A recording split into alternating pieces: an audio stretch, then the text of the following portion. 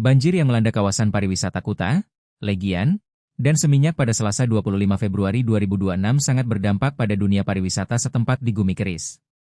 Selain itu banyak masyarakat, pengusaha dan yang lainnya juga mengalami kerugian material dan bangunan. Kerugian akibat bencana itu ditaksir miliaran rupiah. Selain itu juga ada pembatalan wisatawan yang akan menginap di kawasan tersebut. Hal itu pun dikatakan I Nyoman Graha Wicaksana, salah seorang pengusaha di Kuta Rabu 25 Februari 2026. Banjir yang terjadi memicu kerugian material hingga miliaran rupiah, serta mengancam citra Bali di mata dunia, ujar Graha Wicaksana. Menurutnya, selama ini, titik banjir di kawasan Kuta cenderung terfokus di area Jalan Dewi Sri. Namun, hujan ekstrim belakangan ini genangan air meluas hingga ke kawasan Kartika Plaza, Wanasegara, Dap Samudra. Ini tidak pernah terjadi sebelumnya. Kalaupun ada genangan, biasanya cepat surut dalam hitungan jam. Sekarang, banjir sudah melebar ke titik-titik vital pariwisata yang sebelumnya aman, jelas Graha Wicaksana yang juga merupakan anggota DPRD Badung itu. Menurutnya, sektor perhotelan menjadi pihak yang paling terpukul. Banjir yang masuk hingga ke area kamar memaksa manajemen hotel melakukan evakuasi tamu secara mendadak. Hal ini tidak hanya membatalkan pesanan yang sudah ada, tetapi juga merusak fasilitas fisik bangunan yang memerlukan waktu perbaikan setidaknya 1 hingga 2 minggu. Teman-teman pelaku mengakui ada kerusakan fasilitas akibat air yang masuk ke area lobi dan kamar merusak furnitur, alat elektronik, dan interior hotel. Banyak tamu yang memilih cancel, katanya.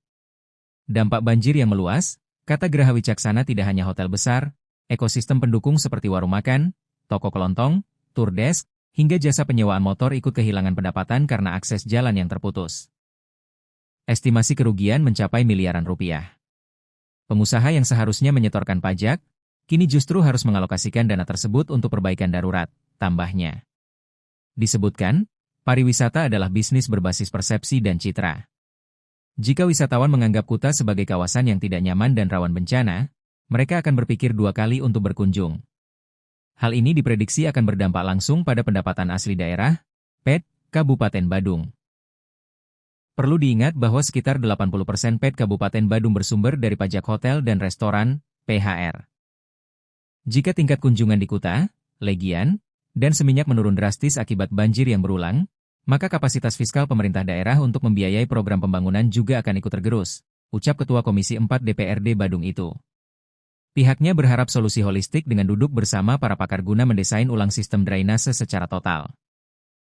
Selain itu, melakukan normalisasi saluran air secara rutin sebelum musim penghujan tiba. Jangan sampai investor menganggap Kuta tidak lagi layak untuk dilakukan investasi. Jika investasi lari, perputaran ekonomi akan mati, dan Bali yang akan rugi secara keseluruhan, imbuhnya.